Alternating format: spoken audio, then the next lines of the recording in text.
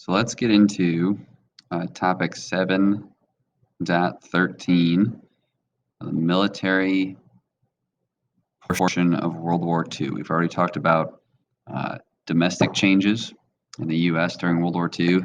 Now let's focus on what the military story looks like. And so if we scroll down and look at the objectives, we looked at we're trying to explain the causes and effects of the victory of the U.S. and its allies over the Axis powers.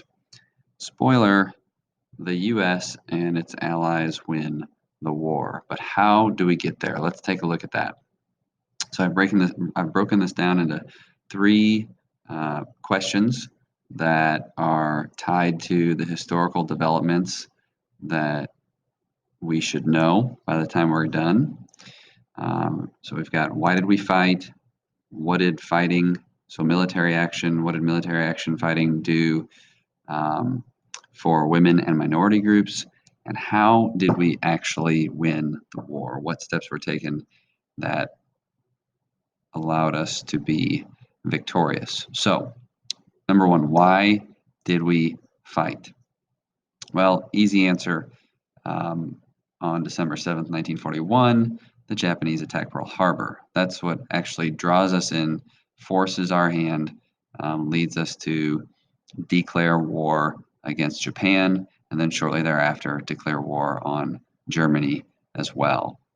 Okay, but on a little bit deeper level, the U.S. is very concerned about the ideologies, the militarism, the fascism that have led Nazi Germany and its allies to take over Europe. If we take a look at a map here in your book, I'm in chapter 24, the war in Europe. If we take a look at this map, the green and the blue are the Axis powers, the bad guys.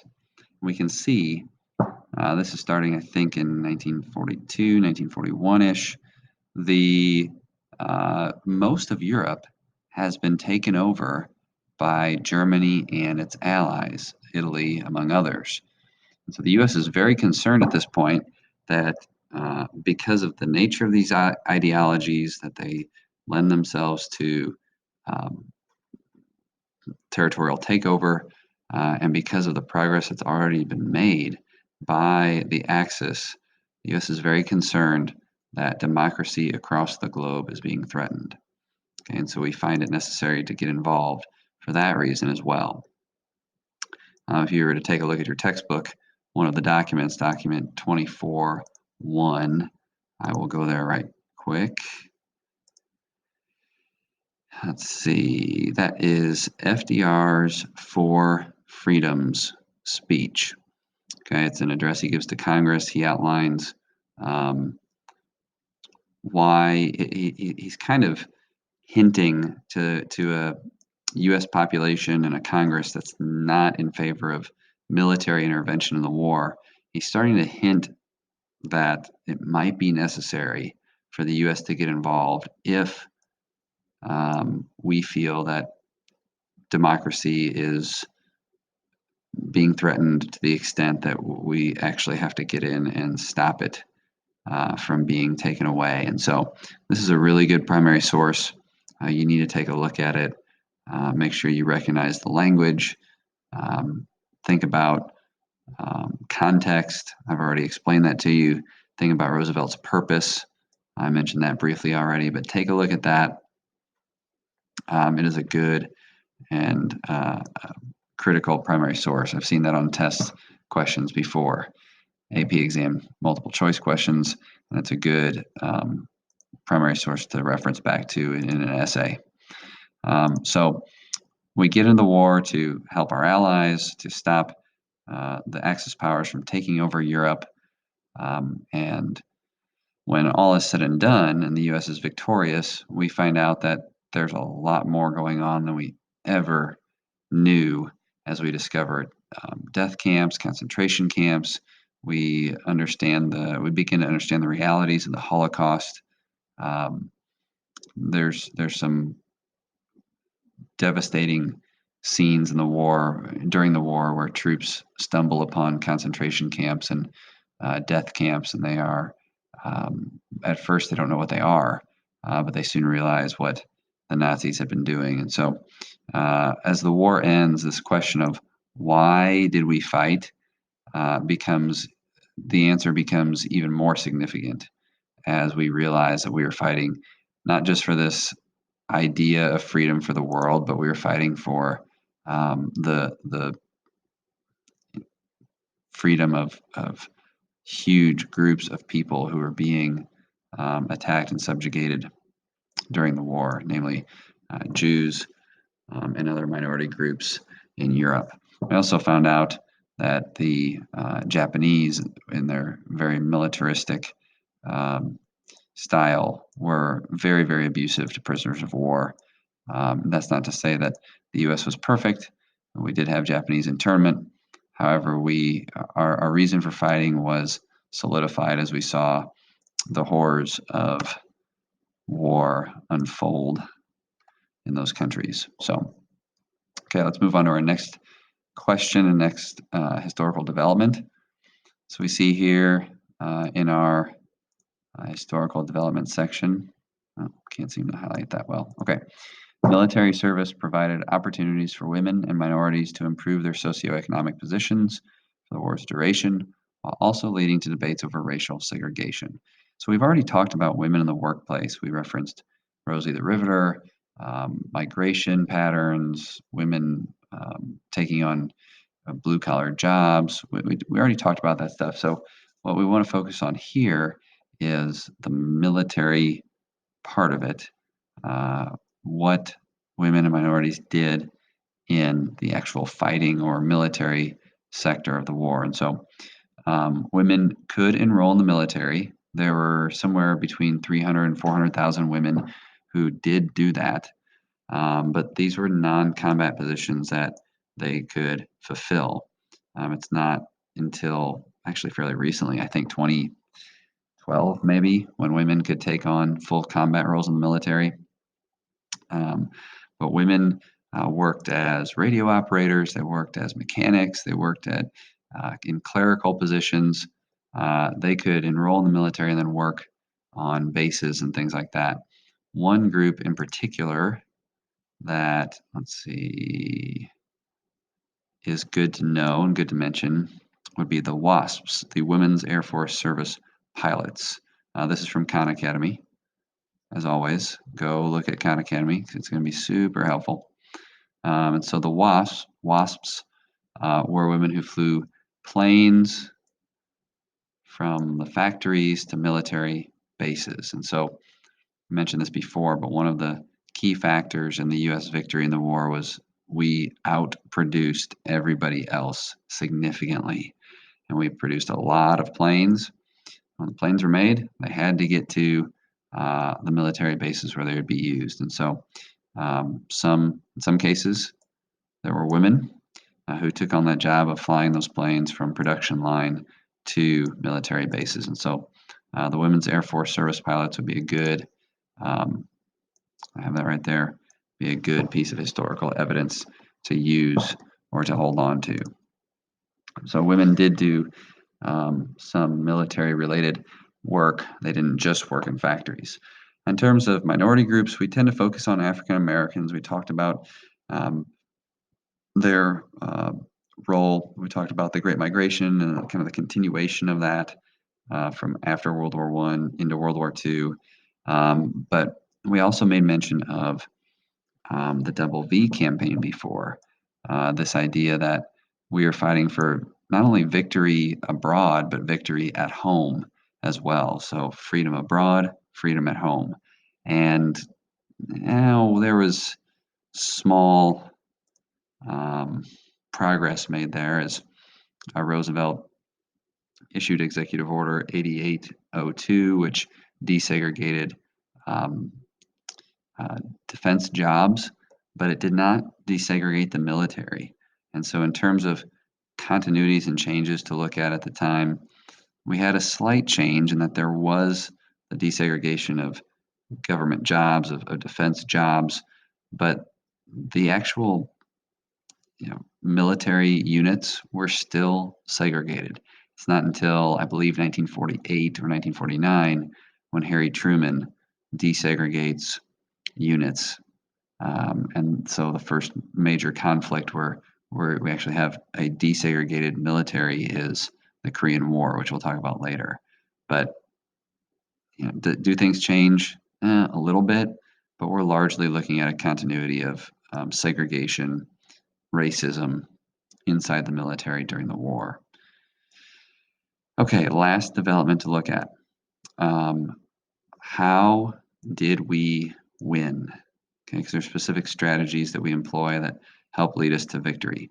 Number one, we create a two-front war. Let's go back to the maps here.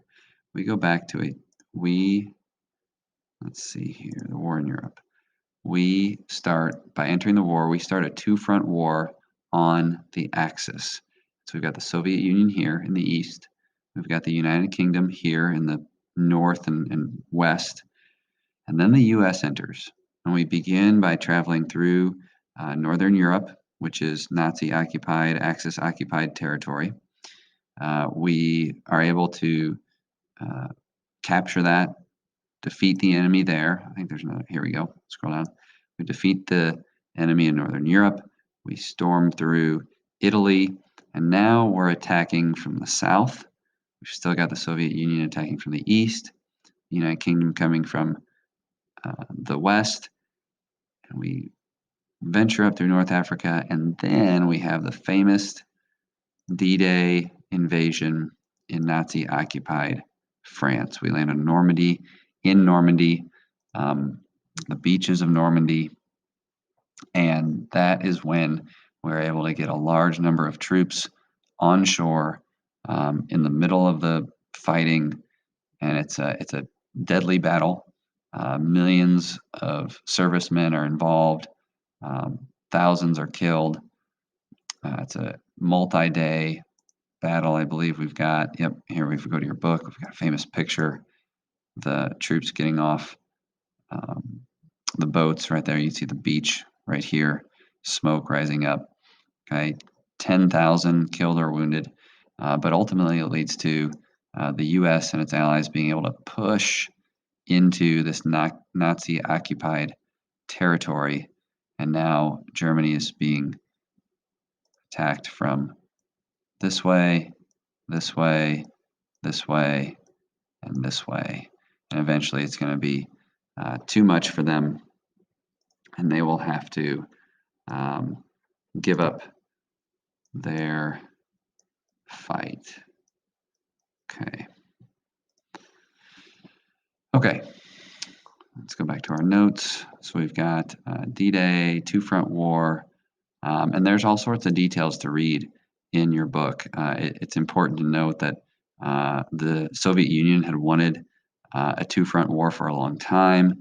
They had been asking for help for a long time. We delayed that, which it's important to note that because when you look at the Cold War, it wasn't just because the U.S. and Russia were in a nuclear arms race. It was rooted in the delay of the U.S. and the United Kingdom in helping the Soviets in World War II. And there's other things going on there. You can read through that.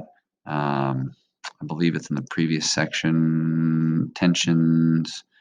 Okay, so all this section here, you can read about the animosity that begins between the U.S. and Russia. So, okay, where are we? Island hopping in the Pacific.